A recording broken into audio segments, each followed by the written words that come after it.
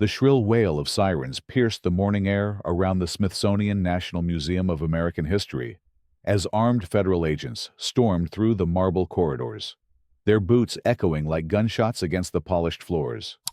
Visitors clutched their children, herded past yellow tape and barricades by stern-faced guards who barked orders through crackling radios.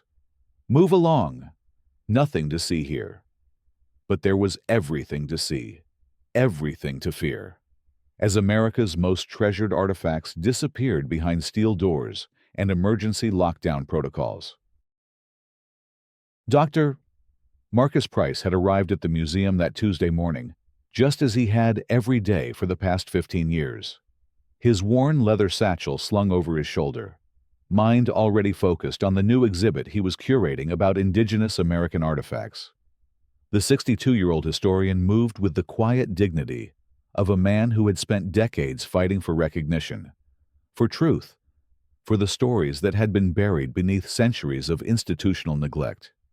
His salt-and-pepper beard was neatly trimmed, his brown eyes sharp behind wire-rimmed glasses that had seen him through countless hours of research in dusty archives and forgotten basements. The morning had started like any other. Dr. Price badged into the museum's restricted research wing, greeting the security guard with his usual warm smile. "Morning, Jerome. How's your daughter doing at Howard?" "She's doing real good, Dr. Price. Thanks for asking. Made the dean's list last semester." Jerome's face lit up with pride as he buzzed the historian through the heavy security door. Dr. Price made his way to the climate-controlled storage facility, where hundreds of indigenous artifacts awaited his careful examination. Today, he would be cataloging a collection of Lakota ceremonial items that had been donated to the museum after decades of legal battles. Each piece told a story of cultural resilience, of traditions that had survived attempted genocide, of beauty that transcended the brutal attempts to erase an entire people's heritage. He pulled on his white cotton gloves and lifted the first piece from its protective foam, housing a magnificent beaded war bonnet, with eagle feathers that seemed to shimmer in the fluorescent light. As he began his meticulous documentation process, photographing each angle, measuring dimensions, noting any signs of wear or damage, Dr. Price felt the familiar weight of responsibility that came with being a guardian of cultural memory. 3 floors above, in the museum's public galleries, Karen Whitmore moved through the crowds with the predatory grace of a woman accustomed to getting what she wanted. At 45, she possessed the kind of artificial beauty that money could buy: perfectly straight blonde hair, designer clothing that whispered rather than shouted wealth, and a smile that never quite reached her cold blue eyes. As one of the most successful private art dealers on the East Coast, Karen had built her reputation on knowing exactly what collectors wanted and exactly how to get it for them, regardless of ethical considerations. She paused before a display case containing several Native American artifacts, her manicured fingers drumming against the glass as she studied each piece with calculating intensity. These weren't just historical objects to Karen, they were commodities, investments, items that could fetch hundreds of thousands of dollars from the right buyers. And she knew exactly who those buyers were: wealthy collectors, who cared more about owning something unique than about the cultural significance or legal provenance of their acquisitions. Karen had been planning this moment for months. Her research into the museum's operations had revealed a perfect opportunity. Dr. Price's new exhibit would bring unprecedented attention to indigenous artifacts, driving up market demand just as she prepared to flood the black market with expertly crafted replicas she had commissioned from a disgraced artist in Prague. But first, she needed to eliminate the one person who might expose her scheme, the meticulous historian who knew these artifacts better than anyone alive. She pulled out her phone and dialed 911, her voice perfectly calibrated to convey urgent concern.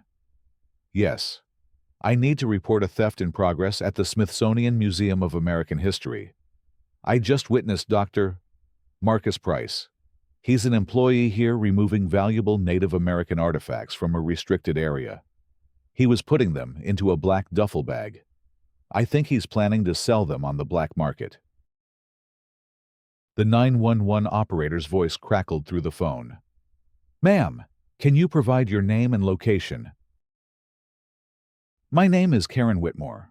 I'm a licensed art dealer, and I'm in the main gallery on the second floor. Please hurry. I think he's trying to leave through the staff exit. Within minutes, the museum's quiet morning routine exploded into chaos. FBI agents specializing in art crimes descended on the building like a SWAT team, their presence triggering emergency protocols that hadn't been used since 9/11. Dr. Price looked up from his documentation work in confusion as alarms began blaring throughout the facility. Red emergency lights bathed the storage room in an ominous glow as automated systems engaged, sealing the climate-controlled environment to protect the artifacts from any potential threat. Dr. Price, step away from the artifacts and put your hands where I can see them. The voice boomed through a megaphone from outside the storage room. Through the reinforced glass window, he could see FBI agents in tactical gear, their weapons drawn, their faces grim with the seriousness of federal agents who believed they were stopping a crime against American heritage. The historian's hands trembled as he raised them above his head, his mind racing to understand what was happening. There's been some mistake. I'm Dr. Marcus Price. I work here. I'm just cataloging the new indigenous collection. We received a report that you were stealing artifacts. Sir, we need you to step away from the display cases and exit the room slowly. As Dr. Price was led away in handcuffs, his dignity intact despite the humiliation, tourists throughout the museum were evacuated with military precision. Families clutched their souvenir bags and stared in shock as armed guards directed them toward the exits. The massive main hall, usually filled with the excited chatter of visitors discovering American history, fell silent except for the squawk of radio communications and the measured footsteps of federal agents securing the building. Karen watched the evacuation from a carefully chosen vantage point near the museum's main entrance, her face a perfect mask of concerned citizenship. When a reporter from a local news station approached her for comment, she was ready with exactly the right mixture of shock and civic responsibility.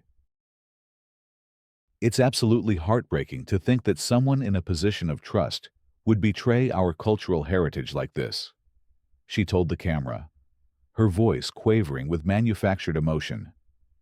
These artifacts aren't just objects, they're sacred pieces of American history. The thought that they might have ended up in some private collector's vault, instead of being preserved for future generations, it's just devastating. The news broke across social media within hours, spreading like wildfire through a nation already primed for outrage. Smithsonian scandal began trending as commentators and keyboard warriors alike weighed in on what appeared to be a shocking betrayal of public trust. Dr. Price's photograph, a professional headshot from the museum's website, was plastered across news feeds with headlines that presumed his guilt. Smithsonian historian accused of stealing Native American treasures, and cultural panic, are our museums safe from inside jobs? The cultural panic that swept the nation was unlike anything seen since the aftermath of major terrorist attacks.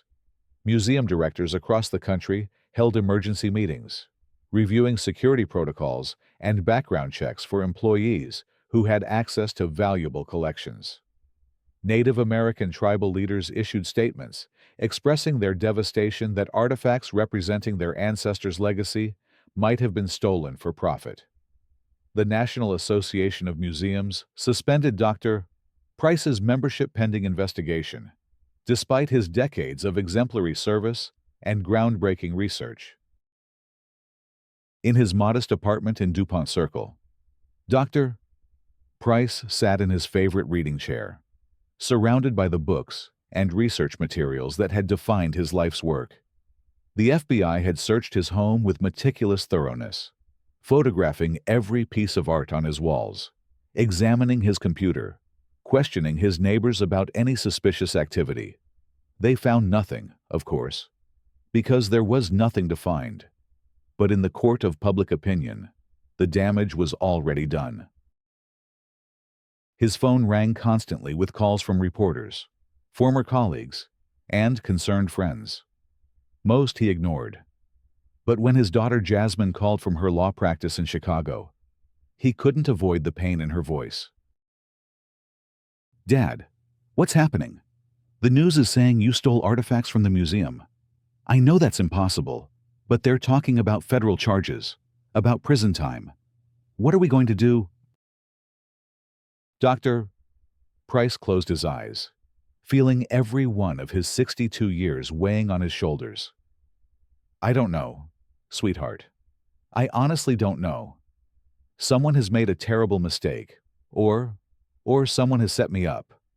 But I can't figure out why anyone would do such a thing." What Dr. Price couldn't have known was that, at that very moment, Karen Whitmore was in her Georgetown townhouse, making final preparations for the most lucrative week of her career. Her basement had been converted into a climate-controlled showroom, where 12 expertly crafted replicas of Smithsonian artifacts were displayed like trophies.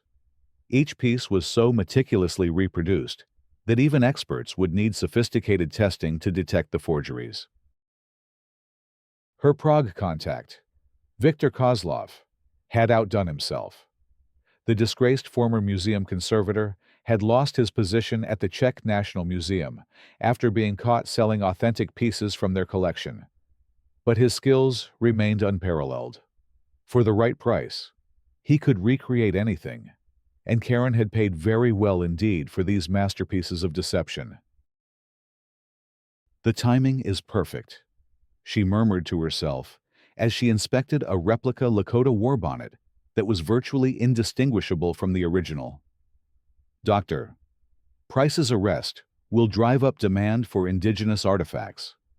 Collectors will be desperate to acquire pieces before tighter security measures make them even more difficult to obtain. Her phone buzzed with messages from 3 of her wealthiest clients, all inquiring about the availability of Native American pieces in light of the Smithsonian scandal. Karen smiled as she crafted her responses, carefully hinting at the rare opportunity she could provide for the right price. Within 48 hours, she would move nearly $2 million worth of authentic artifacts to collectors who would never question their provenance as long as the paperwork looked legitimate. But Karen had underestimated the thoroughness of the FBI's investigation and the expertise of the people she was trying to deceive.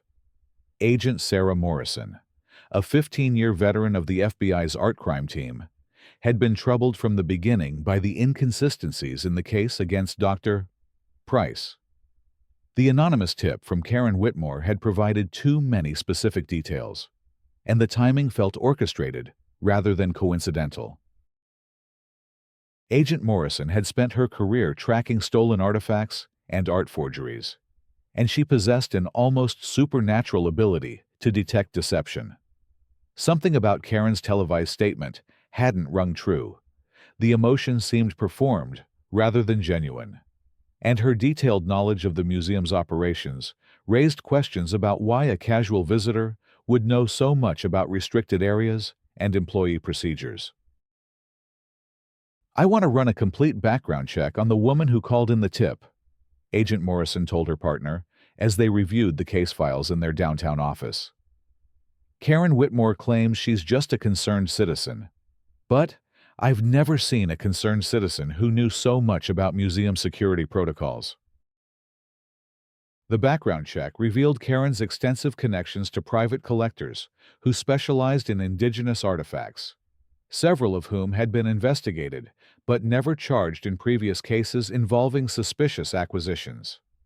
Agent Morrison's instincts sharpened as she discovered that Karen had visited the Smithsonian 17 times in the past 6 months, far more than typical for even the most enthusiastic museum patron.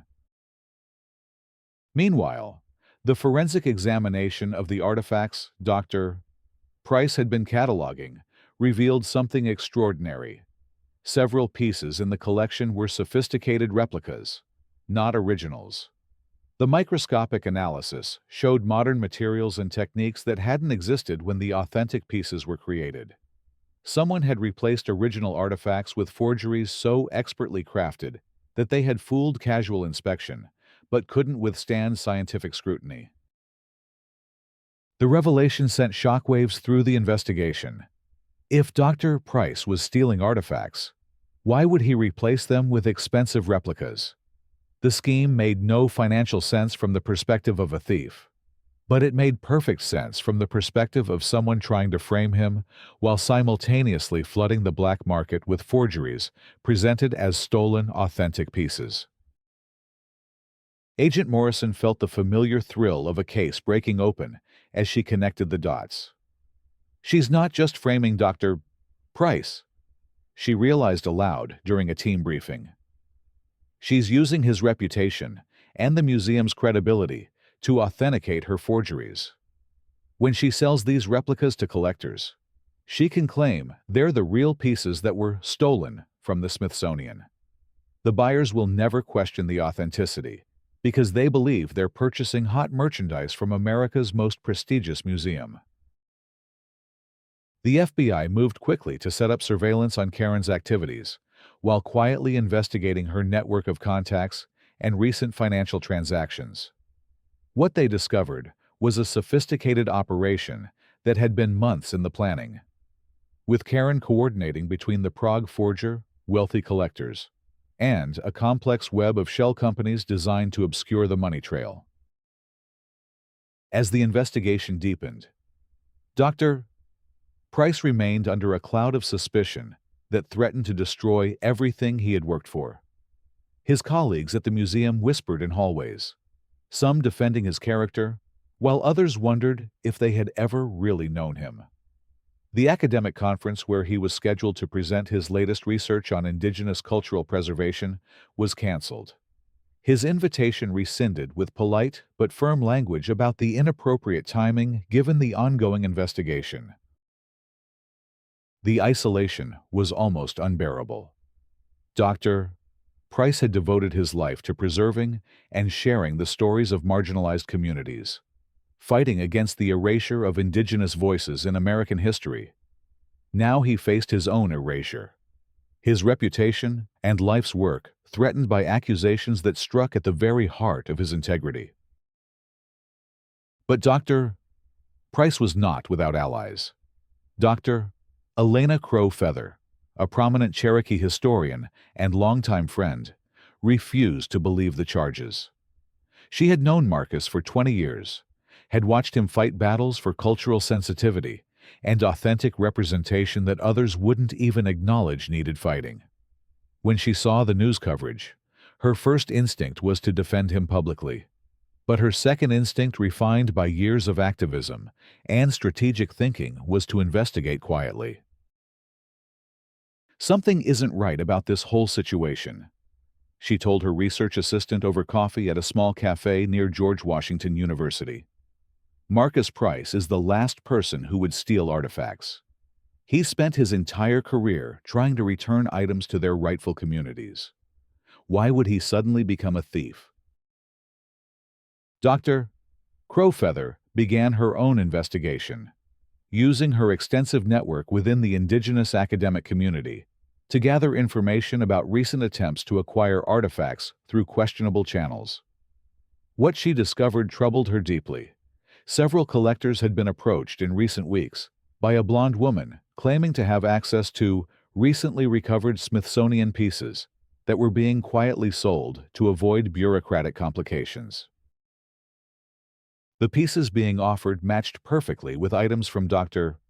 Price's new exhibit, but the timing was impossible if he was the seller. The offers had been made weeks before his arrest, suggesting that someone had planned to have the artifacts available for sale long before the supposed theft occurred. Dr. Crowfeather compiled her findings and contacted Agent Morrison directly, bypassing official channels with the urgency of someone who understood that time was running out to prevent a terrible injustice. Her information provided the final pieces of evidence the FBI needed to move against Karen Whitmore. The trap was set at the annual National Cultural Heritage Gala, a prestigious event attended by museum directors, wealthy patrons, government officials, and cultural leaders from across the country. Karen had purchased a table at the event months earlier, planning to use the gathering as an opportunity to network with potential clients and celebrate what she expected to be the successful completion of her scheme. She arrived at the Kennedy Center dressed in an elegant black gown, her blonde hair styled in an elaborate updo, diamonds glittering at her throat and wrists. To the other attendees, she appeared to be exactly what she claimed to be: a successful art dealer, with a passion for cultural preservation and the financial means to support important causes. Dr. Price was also at the gala, invited at the last minute by the organizing committee as a gesture of support during his time of crisis. Many in the cultural community had rallied to his defense as more details about the investigation became public, and the invitation was their way of showing that they stood behind him, despite the ongoing legal proceedings. He sat at a table near the back of the grand ballroom, uncomfortable with the attention, but grateful for the support of friends and colleagues who had refused to abandon him. Dr. Crowfeather sat beside him, her presence a source of strength and solidarity that helped him maintain his composure as curious glances and whispered conversations followed him throughout the evening. The evening's program included presentations of several awards for cultural preservation and education, including the announcement of this year's Presidential Medal of Freedom recipients in the cultural category. Karen watched from her prominent table near the front of the room, mentally calculating the connections she could make with the evening's honorees and their wealthy supporters. She was in the middle of a conversation with a museum board member about the tragic situation at the Smithsonian when FBI agents began moving through the ballroom with the quiet efficiency of a coordinated operation. Agent Morrison approached Karen's table with a warm smile that didn't reach her eyes. "Ms. Whitmore, I'm Agent Sarah Morrison with the FBI. I wonder if we might have a word with you outside." Karen's composure didn't falter, but her fingers tightened almost imperceptibly around her champagne flute. "Of course, Agent Morrison, though I'm not sure what I could tell you that I haven't already shared about the terrible situation with Dr. Price. Actually, it's about your art dealing business that we'd like to speak with you. Specifically, about some pieces you've been offering to collectors over the past few weeks." The color drained from Karen's face as she realized her carefully constructed world was about to collapse. Around the ballroom, conversations gradually stopped as people noticed the FBI presence and began to understand that something significant was happening. Agent Morrison's voice carried clearly in the sudden quiet of the grand ballroom. "Karen Whitmore, you're under arrest for conspiracy to commit fraud, trafficking in stolen cultural artifacts, and making false statements to federal agents." As the handcuffs clicked around Karen's wrists, the truth of her elaborate scheme began to spread through the crowd like ripples across still water. The murmurs of shock and disbelief grew louder as people processed the revelation that the woman who had appeared so concerned about cultural preservation was actually the architect of a complex fraud designed to profit from the very heritage she claimed to protect. Dr. Price sat in stunned silence as Agent Morrison approached his table, her expression now genuinely warm and apologetic. "Dr. Price, on behalf of the FBI and the federal government, I want to formally apologize for the ordeal you've been put through. The charges against you are being dropped immediately, and we're working to ensure that your reputation is fully restored." The ballroom erupted in applause as Dr. Price rose unsteadily to his feet, overwhelmed by the sudden reversal of his fortune and the outpouring of support from his colleagues and friends. Dr. Crowfeather embraced him as tears of relief and vindication streamed down his face. But the evening held one more surprise. The master of ceremonies approached the podium with an announcement that would cap the extraordinary evening with unprecedented recognition. Ladies and gentlemen, we have a very special addition to tonight's program. Due to recent events and in recognition of extraordinary service to American cultural preservation, the President of the United States has authorized the immediate presentation of this year's Presidential Medal of Freedom for Cultural Achievement to Dr. Marcus Price. The standing ovation that followed lasted nearly 10 minutes as Dr. Price made his way to the stage, still processing the complete transformation of his circumstances. From accused criminal to Presidential Medal of Freedom recipient in a single evening, it seemed impossible. Yet here he stood before a room full of the nation's cultural leaders, being honored for the very work that had nearly been destroyed by Karen's scheme. In his acceptance speech, Dr. Price's voice carried the weight of his recent ordeal and the profound gratitude he felt for those who had believed in his innocence. This medal doesn't just honor my work, it honors the resilience of the communities whose stories I've been privileged to help preserve. It honors the truth that emerged despite attempts to bury it, and it honors the courage of those who stood by the principles of justice, even when it would have been easier to look the away. As Karen Whitmore was led away to face federal charges that would likely result in decades in prison, the cultural community began the process of healing from the trauma she had inflicted. The Smithsonian launched a comprehensive review of its security protocols and authentication procedures, determined to prevent future attempts at manipulation and fraud. The replicas Karen had commissioned were studied extensively by forensic experts, leading to new techniques for detecting sophisticated forgeries and ultimately strengthening the ability of museums worldwide to protect their collections. Viktor Kozlov, the Prague forger, was extradited to the United States to face charges for his role in the scheme, and his cooperation led to the recovery of numerous authentic artifacts that had been sold through similar operations over the years. Dr. Price returned to his work at the Smithsonian with renewed purpose and unprecedented support from the institution's leadership. The indigenous artifacts exhibit that had been delayed by Karen's false accusations opened 6 months later to record-breaking attendance, with visitors eager to see the collections that had been at the center of such a dramatic story. The exhibit's opening ceremony was attended by tribal leaders from across North America, who spoke powerfully about the importance of preserving cultural heritage and the dangers posed by those who would exploit it for personal gain. Dr. Price's introductory remarks were met with sustained applause as he described each artifact not as a museum piece, but as a living connection to vibrant communities that continued to thrive despite centuries of attempts at erasure. In the months that followed, Karen's elaborate fraud became a case study in art crime investigation programs at universities and law enforcement academies. Her scheme had been sophisticated enough to fool initial scrutiny, but had ultimately failed because she had underestimated the dedication of investigators like Agent Morrison and advocates like Dr. Crowfeather, who refused to accept easy answers when they contradicted their understanding of the people involved.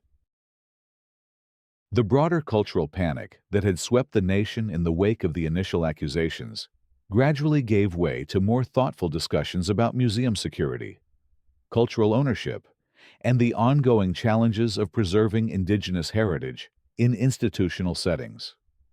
Dr. Price became a leading voice in these conversations, using his enhanced platform to advocate for greater tribal involvement in decisions about their cultural materials and more robust protections against exploitation.